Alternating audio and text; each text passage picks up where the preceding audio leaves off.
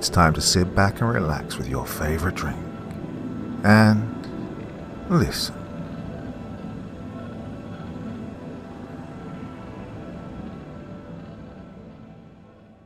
Tonight's story follows the haunting account of a man who volunteers for a groundbreaking clinical trial meant to restore his health. What begins with hope soon takes a disturbing turn, as Edward and his son Timothy find themselves caught in the grip of something far beyond their understanding or control. Regression by Craig Groshek. Part 1. Edward Branner was used to feeling like time had abandoned him. Most mornings he shuffled down the hallway of his house with the slow shuffle of someone 72 going on 90, legs aching, spine stiff, stomach grumbling for something he wasn't supposed to eat. But something about this morning was different. He'd woken up clear-headed, without the usual fog or dizziness. His fingers didn't tingle with neuropathy when he reached for the glasses. The sugar monitor on his nightstand blinked back a number in the low 90s. Normal. Oh, normal. That hadn't happened in years. He sat there for a moment, staring at the result as if it might change if he blinked. Then he stood up, too fast he realized, waiting for the familiar head rush or stumble, but it never came. There was no vertigo and no grinding pain in the knees. He couldn't believe it.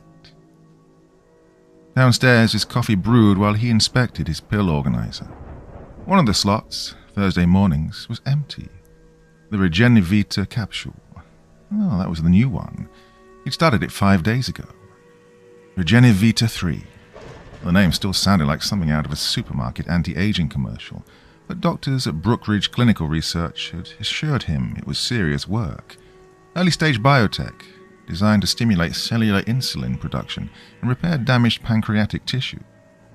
He'd almost walked out of the office when they mentioned gene targeting, but Nurse Carla had leaned in and said, "That could change everything, Eddie. Might even let you stop shooting up someday." And so he signed the waiver, swallowed his hesitation, and now here he was, upright, clear-minded and hungry, but not in the panicked low blood sugar way. He was ready for breakfast. He made scrambled eggs with real cheese and didn't feel guilty. He even made toast, buttered and all. He only realized he'd forgotten to check his blood sugar again when he was halfway through eating. He didn't feel the need.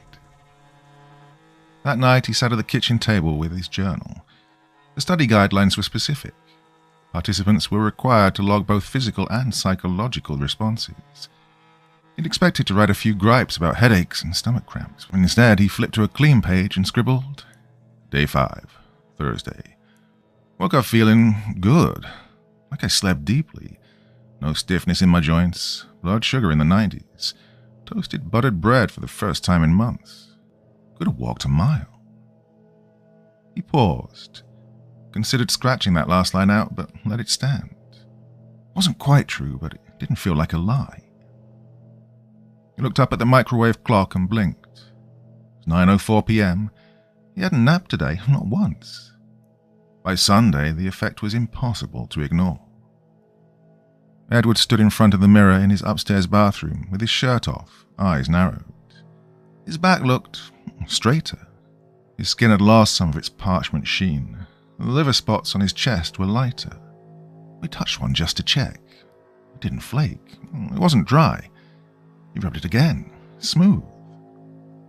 His hair, what little he had left, seemed thicker around the sides. And it wasn't completely grey either. More like an ash brown he hadn't seen in decades. He grinned, then laughed, then shook his head at himself. "You old bastard," he muttered. "You're not Benjamin Button." Still, he took a photo just to have proof. The next morning he took another, from the same angle with the same lighting. In it he had a slightly fuller face, a slightly tighter jawline. He didn't write any of that in the journal, of course. He wasn't an idiot. He'd read the trial waiver front to back twice. They owned the data. Every word he wrote, every picture, every blood draw, he wasn't about to give them more than what was required. But the unspoken truth crept in behind his thoughts. Something strange was happening, something more than a blood sugar fix. For the first time in years, he felt like he had time again, like maybe the hourglass had flipped. On Monday morning, his phone buzzed with an incoming call. Timothy. Edward stared at the name for a few seconds before answering. Hello? Hey, Dad. His son's voice was guarded as usual. You been by the clinic again? Last week. Why? Oh, just got off the phone with Carla. She said you're on some new protocol. Well, I thought I'd check in. How are you doing? Edward glanced down at his hands. They looked younger. The veins didn't bulge like before, and the thin, papery skin seemed tighter over the knuckles. Oh, I'm doing fine, Tim. Fine how? Blood sugar fine or... Fine. Feeling better, sleeping better. It's working. There was a pause. I'm glad to hear that, Tim said. Really, look, I know we haven't talked much lately, but I was thinking, if you're free next week... I'm free, Edward said before he could think better of it. A moment of silence passed. All right, Tim said. I'll swing by Saturday then. That night, Edward wrote in the journal, but this time the tone had shifted. Day 10, Monday. Weight steady. Blood sugar perfect. Stairs feel easier. Skin looks clearer. Might be placebo. Talked to Tim today. Surprised he called. He hesitated then before adding, Wonder if he'll notice. The thought nagged at him. It wasn't vanity. He wasn't expecting compliments, but he was curious, morbidly so, what another set of eyes might say. Whether Tim would tilt his head, squint, or ask what filter he'd used. He told himself not to get excited. Maybe Tim wouldn't notice anything. Maybe it was placebo. But deep down he knew better.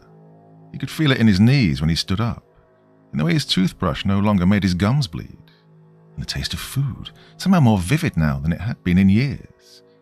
The medication was working. Too well. By Friday, Edward's belt was 2 notches tighter. He'd shaved, just to test a theory, and found himself staring at his reflection afterward with an odd sense of detachment. The man in the mirror wasn't young, but he wasn't Edward Branner either, not the one who needed help putting on his socks last month. The swelling in his ankles was gone. The deep furrows above his brow had softened. His posture felt easy, natural, like he didn't have to fight gravity quite so hard anymore. He found himself humming as he put away the dishes. The house smelled cleaner and looked brighter. He opened the windows and let in air. He even put on music.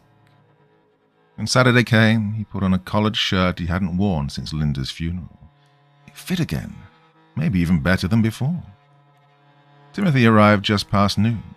He stepped inside, blinked twice, and didn't hide the confusion on his face. Jesus, Dad. Edward smiled. Good to see you too. I mean, you look like you dropped 20 pounds, and your skin... Tim gestured vaguely. You look like you've had work done. Edward chuckled. Just a new drug. They're testing some biotech that regulates insulin and repairs cells. Seems like it's doing a little more than they expected. Tim studied him. And they told you this might happen? They said some patients see dramatic improvements. I suppose I'm just lucky. You're lucky, Tim repeated slowly. His tone was cautious now. And you're not worried? Edward met his eyes. Should I be? There was yet another long pause, then Tim looked away and shrugged. No, I guess not. Just seems, well, fast. Edward said nothing. They ate lunch together, talking about work, the weather, and Linda. When Tim left, Edward lingered by the window a long time after the car was gone. His son had noticed that the drug was changing him, and deep down, where the silence lived, Edward was starting to wonder if this was what getting better felt like, or something else entirely. Part 2. Edward stopped checking his blood sugar. It didn't seem to be a point anymore. Every morning for nearly 20 years he'd jabbed his fingers and logged the numbers, watching them rise and fall like the tide. But since starting Regen, the results have flatlined in the 90s and then the 80s. Eventually he stopped pricking altogether. It felt like taking the temperature of a man already on fire, academic at best, irrelevant at worst. And besides, there were more interesting things to monitor now. He kept the photos in a private folder on his phone, labelling each by date, then by guess. Day 12 looks 58. Day 14, 50. Hard to say. The changes had moved beyond subtle. His neck was firm again. The loose skin along his jaw had tightened, not unnaturally, but as if undone. He'd gone back to a full head of hair without noticing exactly when the bald spots had filled in. Even the sunspots on his arms, brown, crusted and familiar, had simply disappeared. He didn't know what to do with it. The people at the grocery store looked at him like he was a stranger. One cashier asked if he'd just moved to town. Another asked for ID when he bought a six-pack. Edward grinning all the while, as if it were a compliment. The second time it happened, he looked at his driver's license and barely recognized himself. In his license photo, he recognized the all-too-familiar droopy eyelids, the puff of white hair and the mottled skin. But by all accounts, that man was now dead. No obituary had been printed. The next journal entry was more clinical than the rest. Day 15, Wednesday. Rapid physiological changes continuing. No noticeable adverse symptoms. Energy levels high. Appetite steady. Sleep quality excellent. Musculature improved. No more lower back pain. Skin, color and elasticity improved. Vision, reading glasses no longer required. No psychological symptoms yet. Note, weight unchanged but clothes fit differently. Shirt collars looser. Waistline contracted. Reaching belt holes I haven't used in decades. He didn't write about the way his voice had changed, how it had lost its crackle and drifted into something smoother and more flexible. He didn't mention the odd sensation of his hands while shaving, like he was using someone else's fingers, unfamiliar and fast. He kept those parts to himself. When Timothy came by the following weekend, the conversation turned colder. "Have you seen a real doctor?" Tim asked. "Well, this is a real doctor's work," Edward said. "I mean, someone outside the trial, a general practitioner or someone in family practice, hell, even an endocrinologist." Edward folded his arms, half defensive. "For what?" "For this." Tim gestured toward him. "Dad, you look like you're in your 30s. That's not a side effect. That's a goddamn science fiction novel." Edward didn't respond. Tim leaned forward over the kitchen table. "I did some digging. This Regen thing, it's barely past animal trials. You know that, right?" "Oh, they said it was in early human testing." "They said early because no one knows what the hell it's doing. You could be burning through cell cycles. You could drop dead in 6 months." Edward's eyes narrowed. "Or I could live another 40 years. "That's not what I meant." "It's what I meant." Tim pulled back, hands up. "I'm just saying, you look great, okay? Better than I've ever seen you. But that's exactly why I'm worried." Edward stood and walked to the sink, not to do anything, just to stand somewhere else. "Yeah, you remember when your mom got sick?" Tim's voice was cautious. "Yeah, of course." She wouldn't try anything," Edward said. "Wouldn't experiment. She trusted the system, the very same people who told us it's early but promising. What did that get her?" An awkward silence ensued. "Well, I'm not ready to go out like that," Edward continued. "So if this is dangerous, I'll take it. Beats wasting away." "You weren't wasting away, Dad," Tim said. "Now you're a glorified lab rat, letting these people have their way with you. No one has any idea what's going to happen next." Well, that stuck. Not because Edward agreed entirely, but because some part of him recognized the truth in it. The next day, he began recording voice memos, not for the trial, but for his own reasons. The journals were getting harder. His handwriting was fine, but his focus wasn't. He'd find himself pausing mid-sentence, uncertain what he'd meant to write. Sometimes he'd reread a paragraph, and he'd realize he'd already written something nearly identical the day before. Well, his memory was sharp but soft. It had become too easy to rewrite and to second-guess, and so he spoke instead. This is Edward Branner, day 17. 5'9", 168 pounds. My hair is brown again. I haven't dyed it. My voice sounds younger. I don't recognize it anymore. I remember my wedding. I remember my wife's funeral. I remember Timothy in diapers. I remember myself in diapers. I'm not delusional. If you're hearing this, I am real. He saved the file to his desktop, backed it up to a flash drive, then made a second copy on a private server. By the next morning, the voice in the new recording sounded distinctly higher. Alison Day returned his call on day 19. She sounded flustered. Mr. Branner, I understand you've reported unexpected side effects, she asked. Well, I'm getting younger, Edward replied. Well, let's not jump to conclusions. Alison, he said, cutting her off. I look 35. I have a full head of hair, and I just got carded buying wine for the first time in decades. I am getting younger. There was silence on the other end of the line. Edward sighed. Can you put me in touch with Dr. Halloran? Oh, she doesn't speak directly with subjects. I'm not a subject. I'm a man being reversed like a videotape. Someone needs to explain this to me. Mr. Branner, she said, her voice careful now, your results are extraordinary. We're documenting everything. But the protocol is still in review stages and...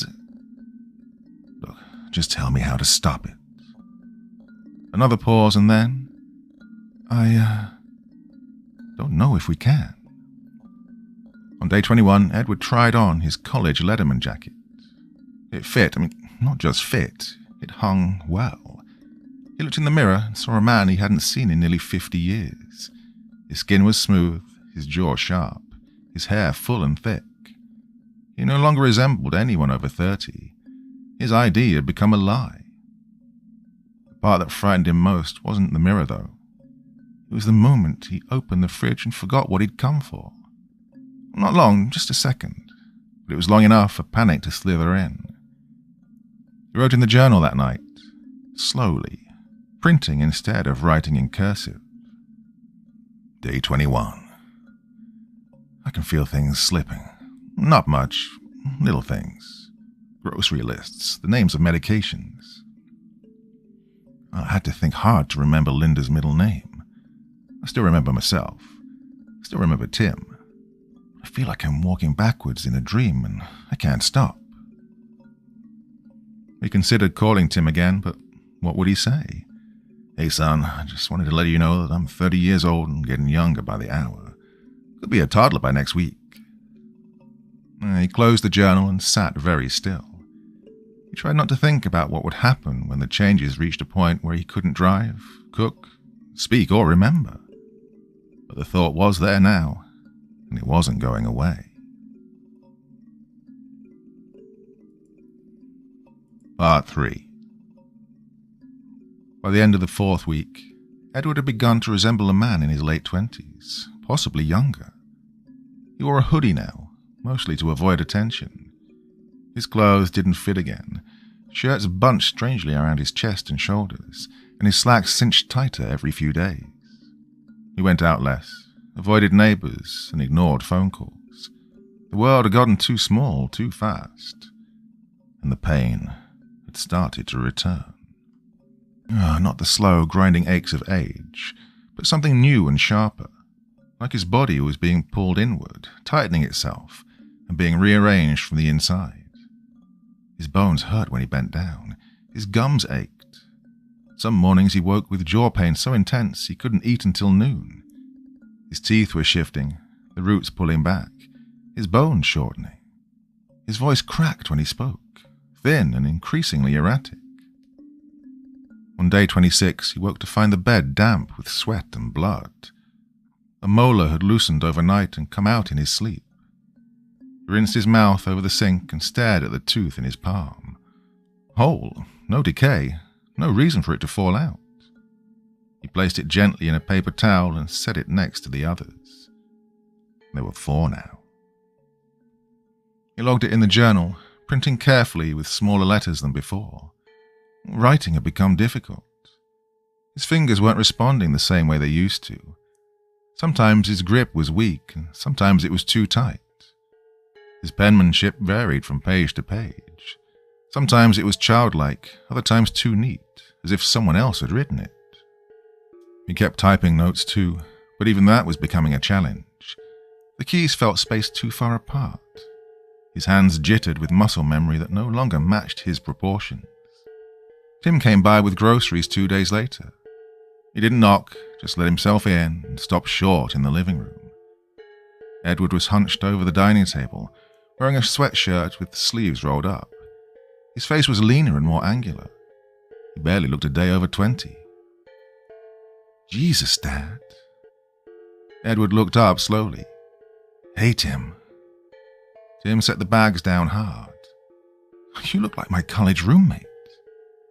"I don't feel like your college roommate." "What does that mean?" Edward tried to smile. "I feel like a bag of rubber bands someone's pulled too tight."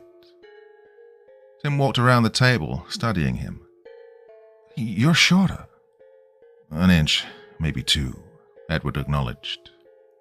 "Well, this is bad. This is really, really bad," Tim said. "I've called the clinic, twice. Emailed that Allison woman, no response. There's no record of the drug on the FDA trial database. Did you know that?"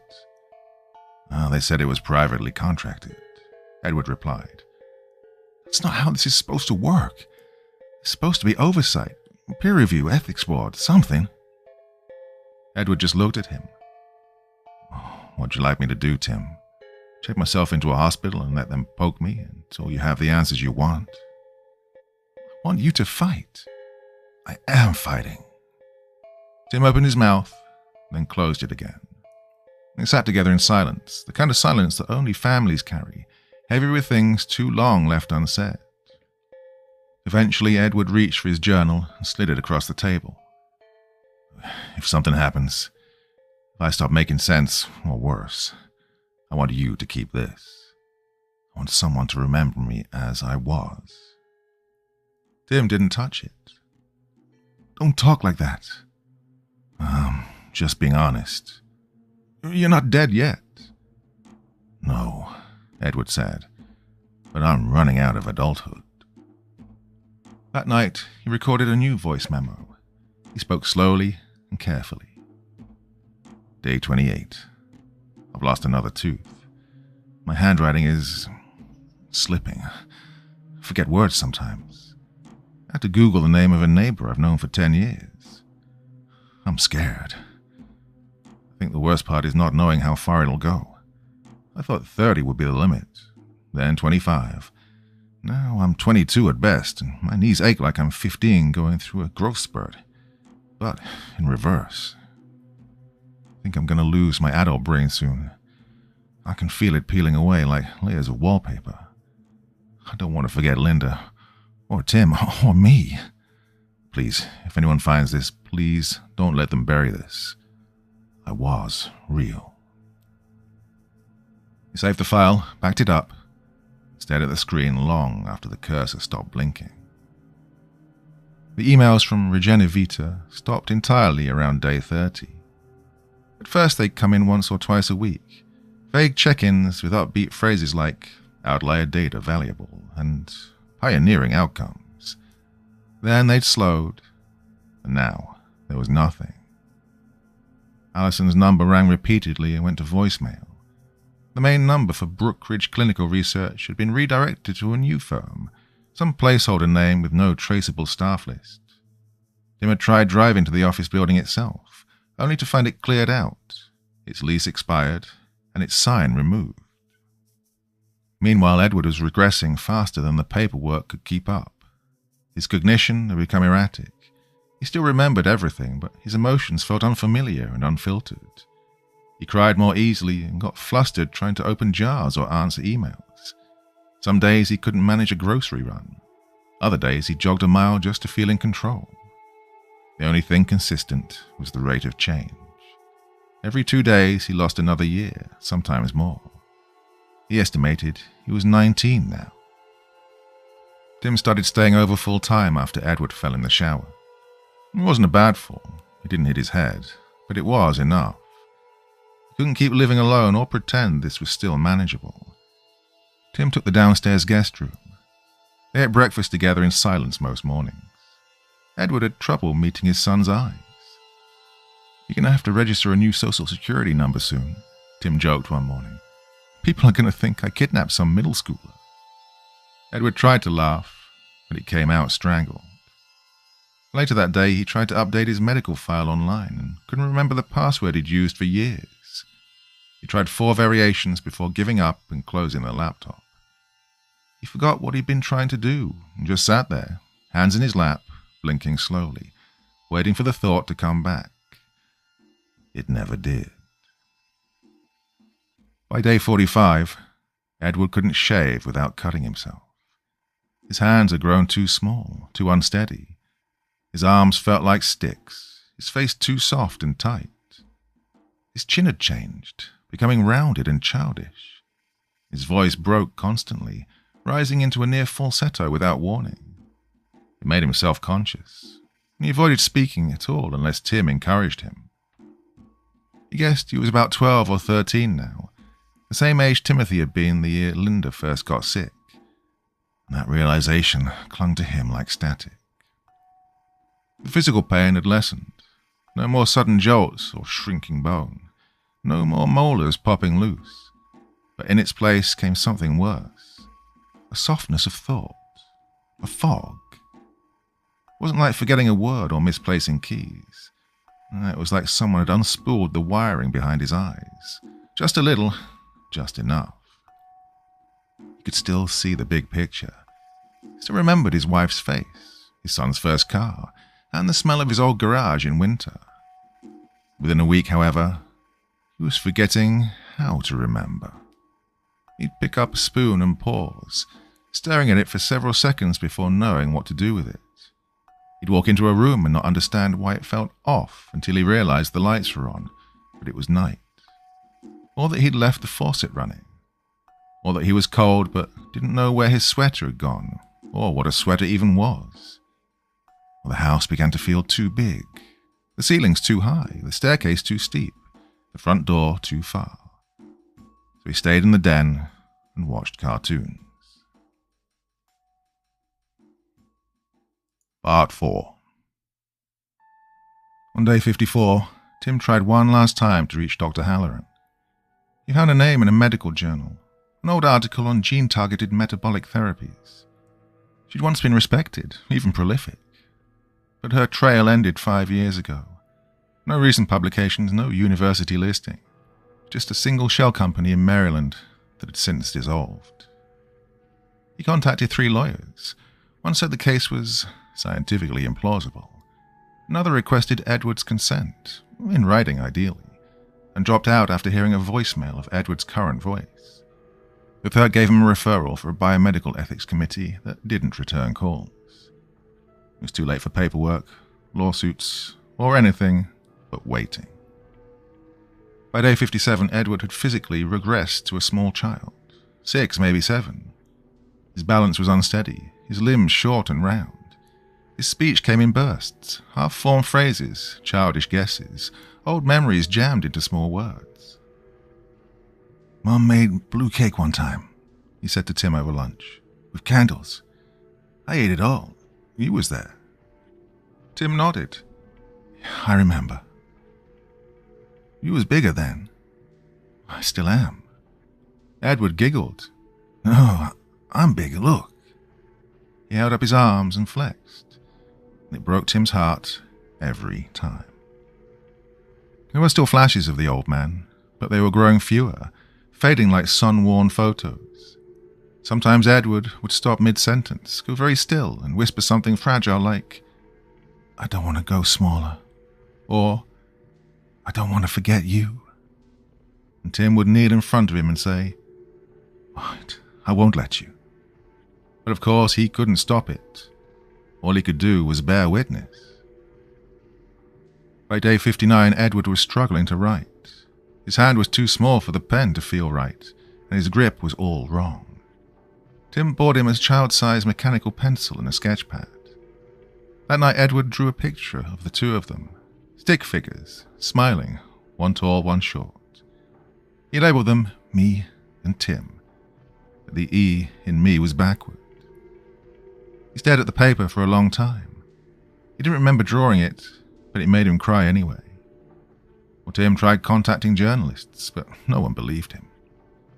He sent photos, videos, and scans of his journal. Most replies were auto-generative or just dismissive. One editor responded, looks like a deep fake aging filter. Come back with medical records. Medical records didn't match anymore. Edward's old files were being flagged as identity fraud. His insurance had been revoked. The state sent a letter questioning his driver's license renewal, asking for proof of identity in light of substantial discrepancies. Tim tore it in half and flushed it. On day 61, Edward stopped speaking for most of the day due to confusion. His sentences were shorter now, simpler. He still recognized Tim, still hugged him, still smiled when they watched TV together. But he didn't understand the plot and didn't know how the remote worked, and the commercials scared him. Too loud, too fast, too strange. That night, after Tim helped him change into pajamas, Edward touched his son's face and said, "I love you, Daddy." Tim froze. Edward blinked as if sensing something was off, but didn't correct himself. He looked away, ashamed. Tim helped him into bed, tucked the covers up tight, and whispered, "It's okay. I love you too." In the dark, Edward whispered back, "Don't go." Tim didn't. He sat on the edge of the bed for hours after his father fell asleep, watching the slow, even rise and fall of his chest, knowing that by morning he'd be smaller again, younger, and further away. Tim had bought a set of coloured markers, thinking it might help with the writing issues. Edward liked the smell of them. He would pop off the caps and sniff them one at a time, grinning like he was getting away with something. He tried writing again, but it was no good. The letters came out backwards, sometimes upside down. The sentences ran off the page. He wrote the number 3 in place of the letter E, and vice versa.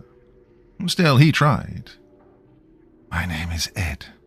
I was a big man. I'm small now. I remember Tim. Tim is my son. I was a dad. I think I was. I miss Mom.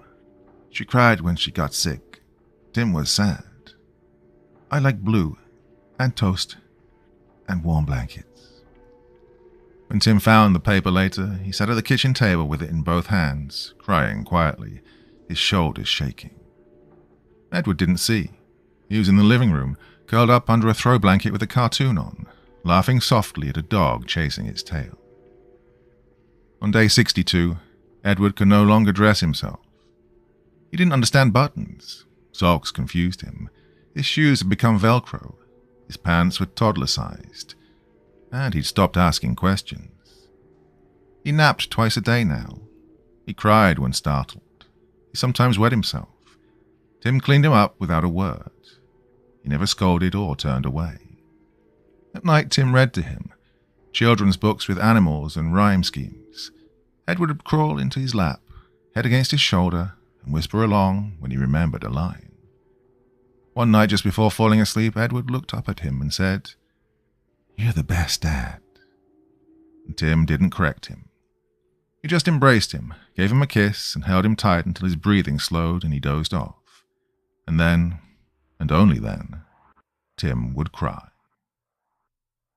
On day 64, Edward lost language. It wasn't abrupt.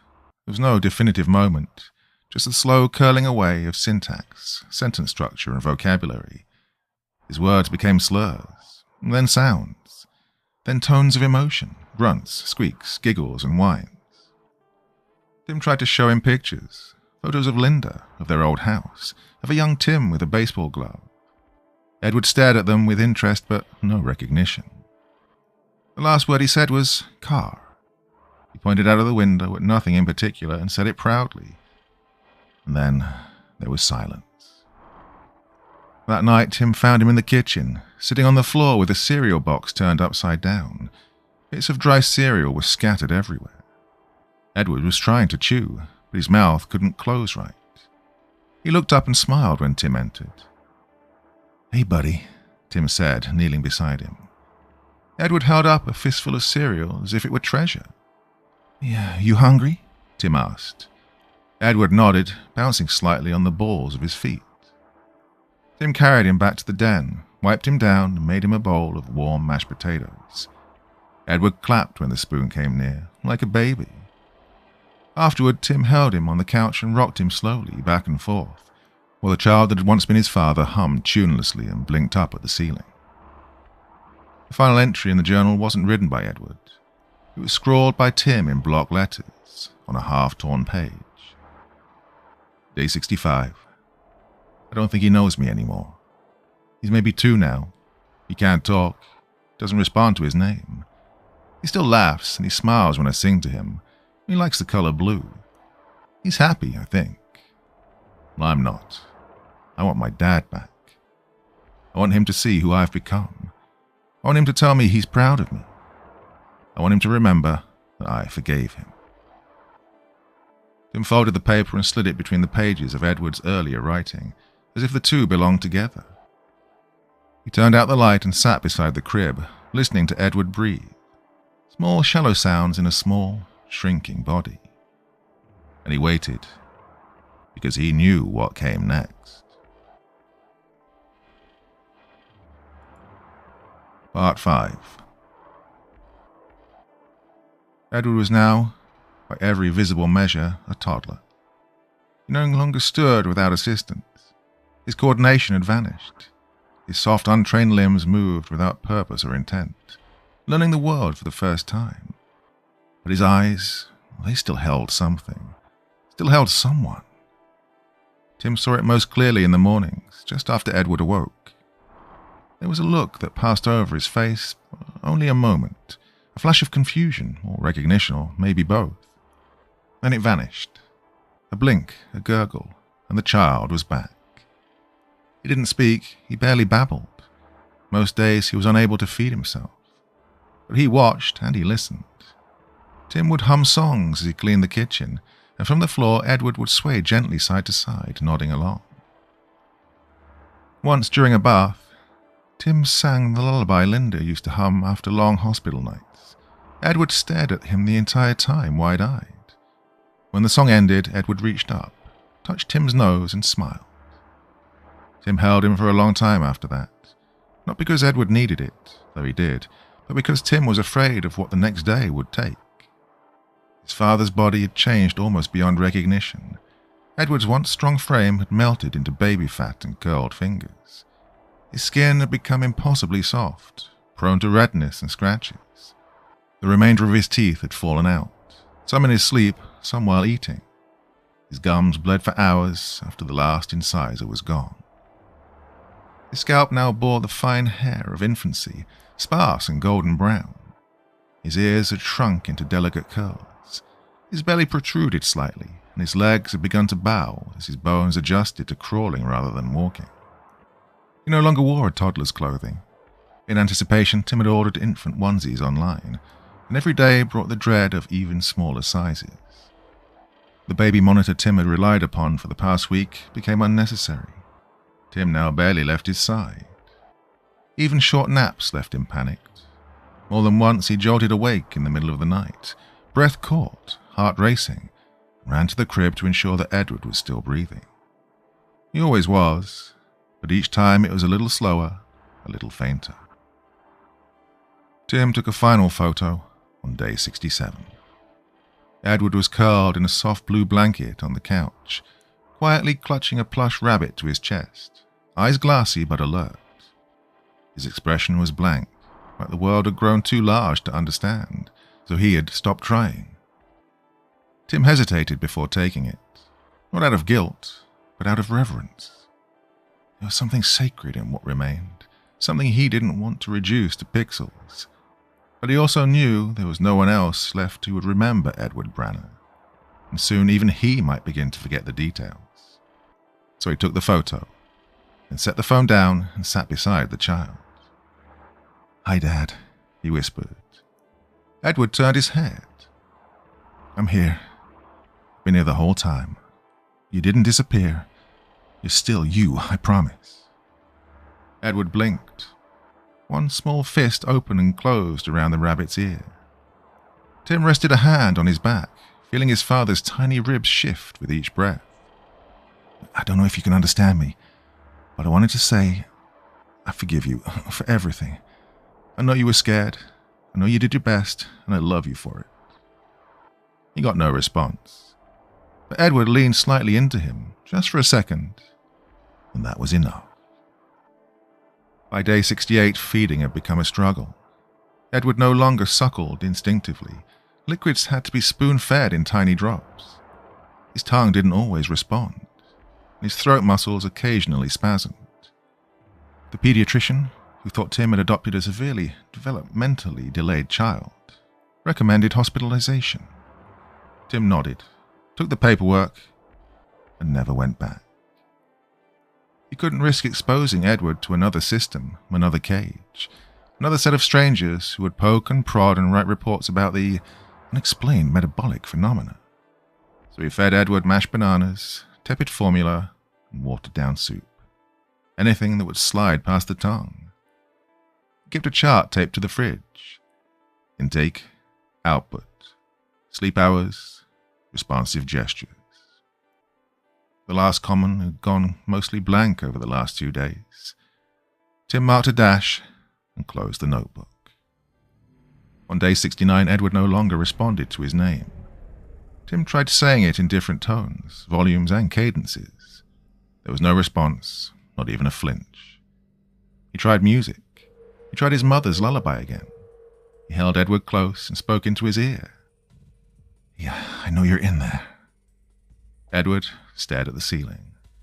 There was no recognition or fear, just vacant stillness. That night, Tim recorded a video. He didn't know why. Maybe it was to prove something or to preserve the impossible. Maybe it was just to hear himself say the words. He sat on the couch with Edward in his lap, now barely the size of a newborn infant. "My name is Timothy Branner," he said to the camera. Then he gestured to the baby. "This is my father, Edward." He swallowed hard. He was part of a drug trial for something called Regen. It cured his diabetes, and then it started reversing his age. He looked down at the bundle in his arms, and this is what's left of him. Edward blinked slowly, his pupils dilated unevenly. "He can't talk," Tim continued. "Can't eat. Doesn't seem to see me anymore, but he's alive. His heart still beats. His body's still shrinking." He paused then. "I don't know how much further it'll go. I don't know if he'll survive it, or what'll happen next. But if anyone ever sees this, if any of you are listening..." Tim's voice cracked. "Please, remember him." He stopped the recording and saved the file. Then he copied it to a USB stick and locked it in the drawer beside the journals. On day 70, Edward didn't wake up at all. He lay in his crib, smaller now than he'd been yesterday. Head misshapen slightly, neck underdeveloped, limbs curled against his chest. His skin had taken on the translucent softness of a preemie, veins visible, bones delicate. Tim checked his breathing every half hour. It was still there, still shallow, still slipping. That night, Edward opened his eyes once, just once, and looked at Tim. There was no recognition, no spark, but there was movement. A tiny hand reaching outward, drifting through the air, fingers opening and closing. Tim leaned in, taking it gently in both of his. "You did good, Dad," he whispered. "You made it. We made it. You're safe." Edward blinked. "I love you, Dad," Tim said, holding back tears. "I love you so much." Edward's eyelids fluttered once, then he slept again, and he did not wake. Part 6. By the following morning, Edward no longer resembled a child. His limbs had retracted. His fingers had shortened and lost definition. The soft curve of his skull had tightened inward, as if moulded by unseen pressure.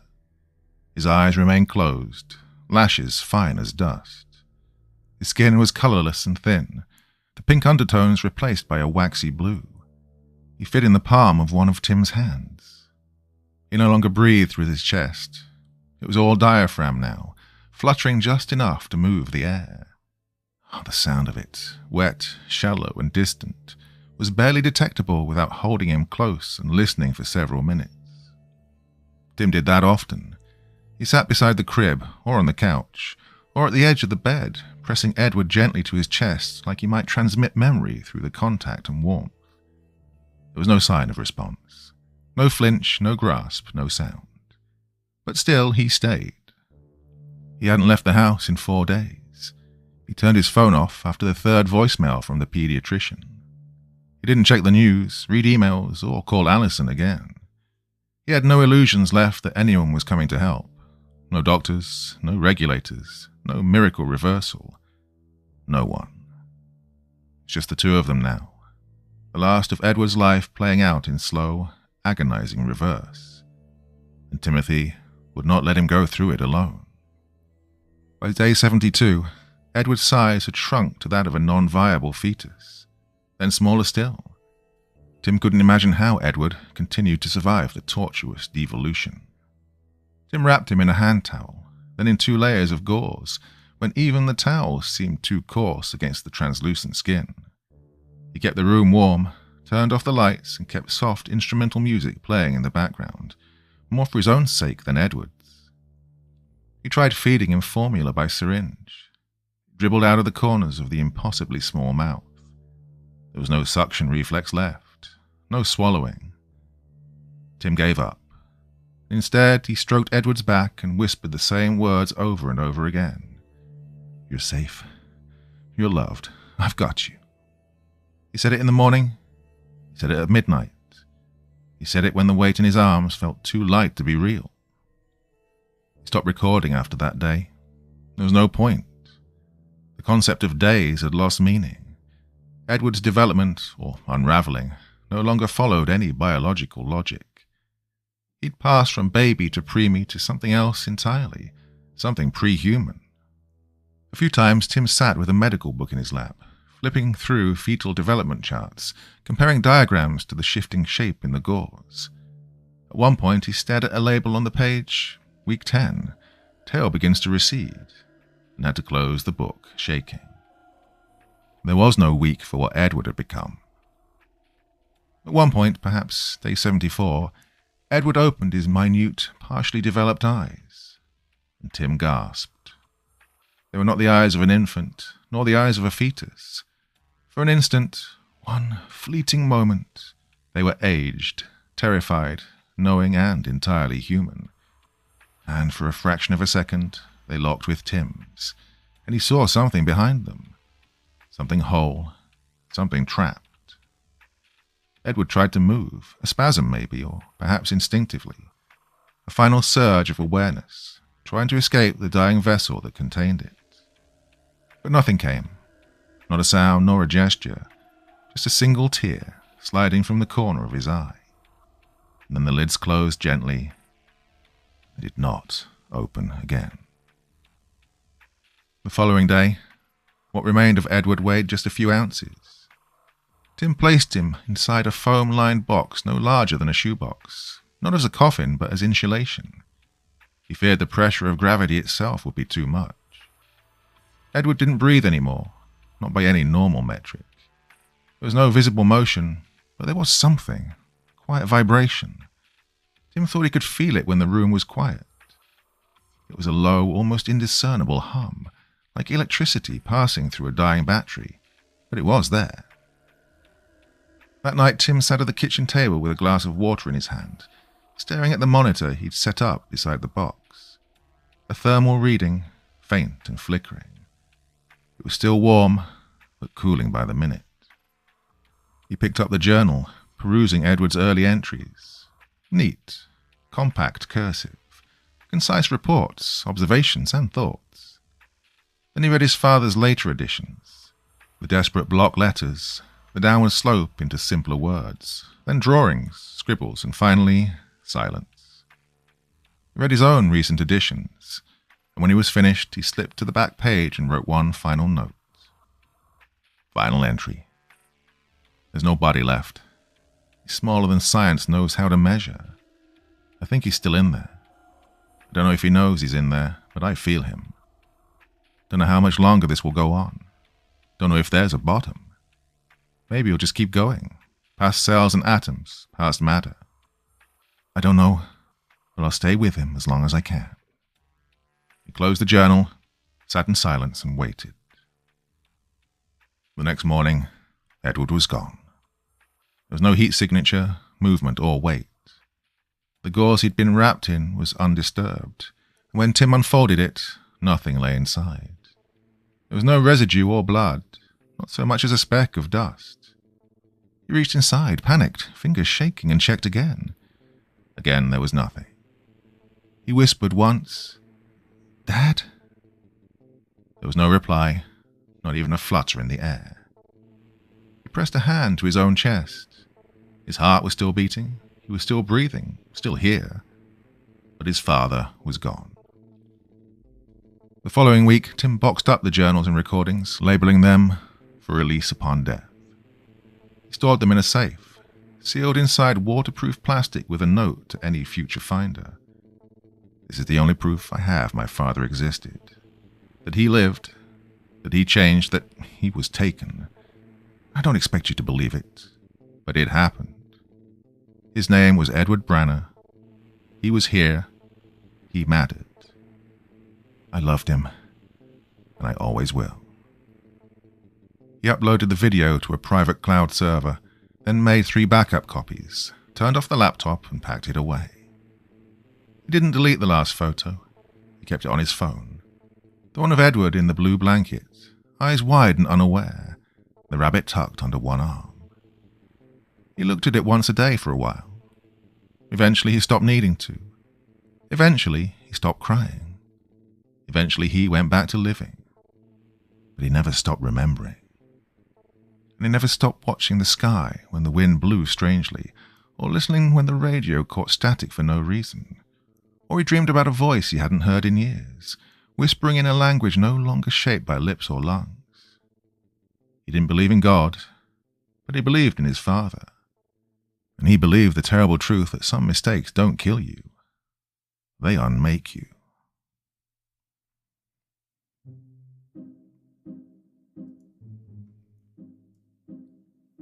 So a fantastic story, that one. Hope you enjoyed it. A bit sad in the end, isn't it, really? Oof, what a horrible way to go. Anyway, that's another fantastic story from Craig Groshek, the mastermind behind Chilling Tales for Dark Nights. A podcast, well, several podcasts, a whole network of podcasts that I've featured on quite a few times. So I'd love you to do me a favour and head over there and check out some of his work. Bunch of links in the video description. So go check it out, please. Yeah, he's needing a bit of support at the moment from the wider community, and I know that you'll all go check it out and leave some nice words and, all that kind of thing. That's it for this evening. I'll be back again tomorrow night with a park ranger story about an hour and a half long. It's an absolute humdinger. I know you're going to love that one. Well, that's it for the evening. Enjoy the rest of your weekend. Back again this time tomorrow.